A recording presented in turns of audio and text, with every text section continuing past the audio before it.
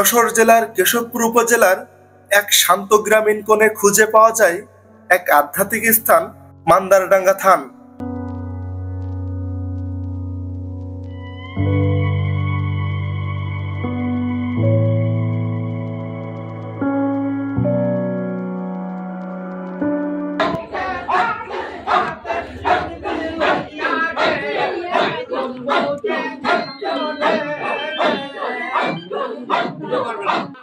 প্রতি বছর বিশেষ দিনে এখানে ভিড় আরো বাড়ে।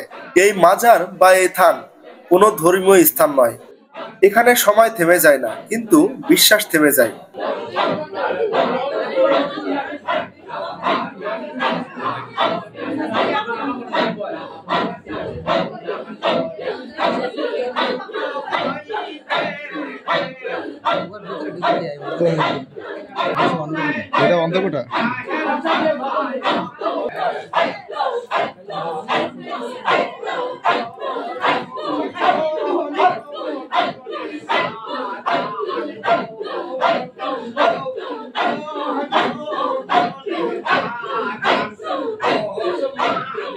এটি একটি 250 বছরের পুরনো মাজার, যেখানে স্থানীয়দের প্রচলিত বিশ্বাস অনুযায়ী একটি পীরের থান গড়ে উঠেছিল।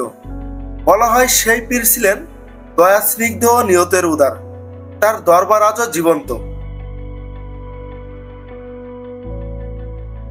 প্রচলিত লোকমুখে শোনা যায়, পীরের জীবদ্দশায় তিনি এখানে এসে সাধনা করতেন, মানুষের জন্য বিশ্রামের স্থান তৈরি করেছিলেন। সময়ের পরিক্রমায় এই স্থান হয়ে ওঠে বিশ্বাসের কেন্দ্র।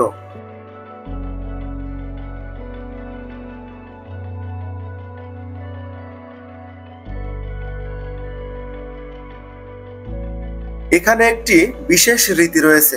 সন্তান লাভের আশায় এখানে মানত করে এবং বলা হয় মানত পূর্ণ হলে শিশুর মুখে ভাত দেওয়া হয়। হাতের ফুলই মা বাবার কৃতজ্ঞতা ও নতুন জীবনের প্রতীক। ফুল, মোমবাতি, দান, পূজা একরাশ উৎসবের রোদের আলো। তখন গ্রাম হয়ে ওঠে এক নতুন জীবন্ত মঞ্চ, যেখানে বিশ্বাস আর আনন্দ মিশে যায়।